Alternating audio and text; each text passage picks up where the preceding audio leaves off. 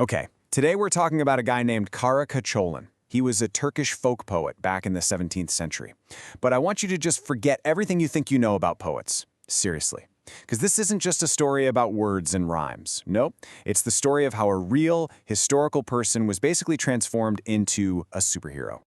So you've got these two totally different versions of the same guy. On one hand, you have the historical Karacaoğlan, a wandering minstrel, famous for his love poems and for playing his saz or lute.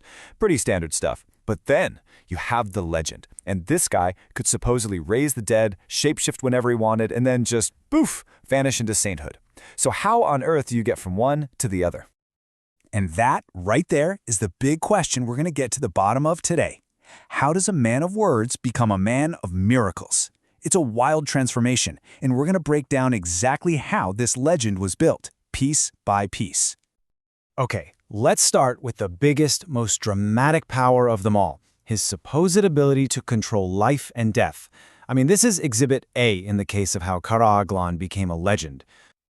Now, as incredible as that sounds, and it is incredible, this idea isn't totally out of left field. It actually fits into a really common storytelling theme known as the resurrection motif. I mean, you see this stuff in myths and folktales from all over the world, right? Where some hero has the power or is the instrument to bring the dead back to life.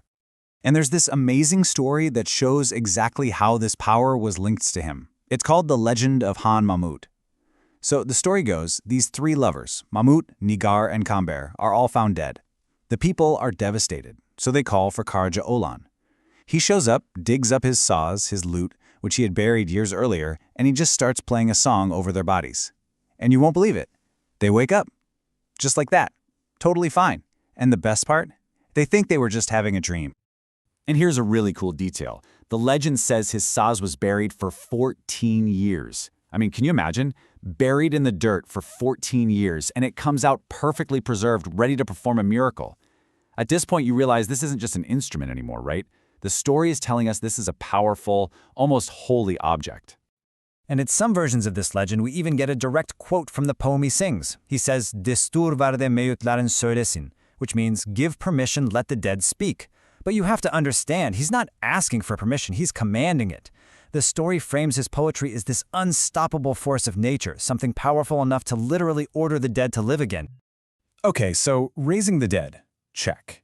But that wasn't his only trick. As if conquering death wasn't enough, we've got our next piece of the puzzle. The legends also say that Karacaoğlan was a master of disguise, a shapeshifter. And this is really important context. This ability, which is called don değiştirme in Turkic culture, wasn't just some cool party trick. No way. Back then, being able to shapeshift was seen as a sign of incredible spiritual power. It was the kind of thing you'd expect from a holy person, a saint, or even a shaman. It was a big deal. And he wasn't the only one with this kind of reputation. You had other really revered figures who were famous for it. For example, Hacı Bektaş Vali could supposedly turn into a dove, and Abdal Musa could become a deer. So when the stories say Karacaoğlan could turn into a cat, what they're really doing is putting him on the same level as these other great saints. It's like a stamp of approval. And this power came in handy.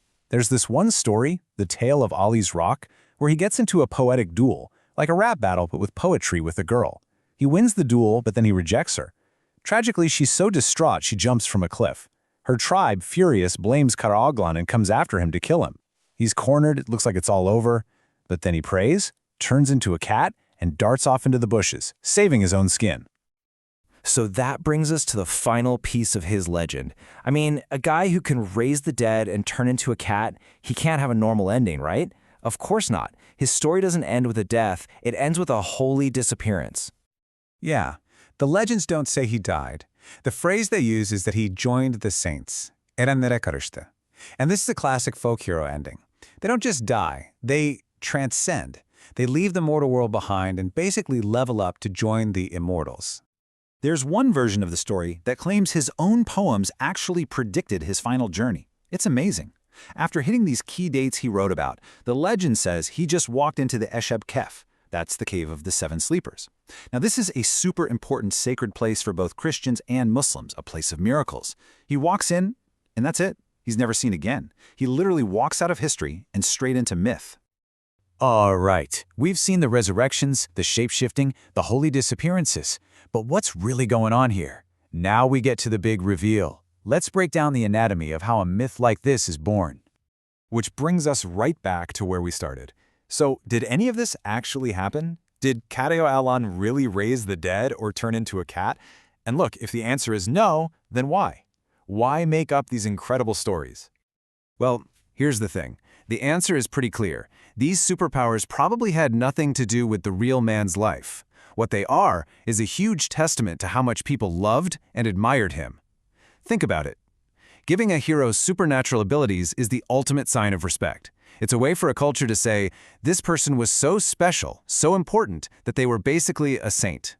It's how you make sure your hero is immortalized, that they never really die. This is how history gets transformed into myth, by the power of collective memory. And that really leaves us with one final thought, doesn't it? This whole process of myth-making, it didn't just stop back in the 17th century. It's still happening all around us, which makes you wonder, who are the heroes of our time? The artists, the athletes, the innovators that we're turning into legends right now?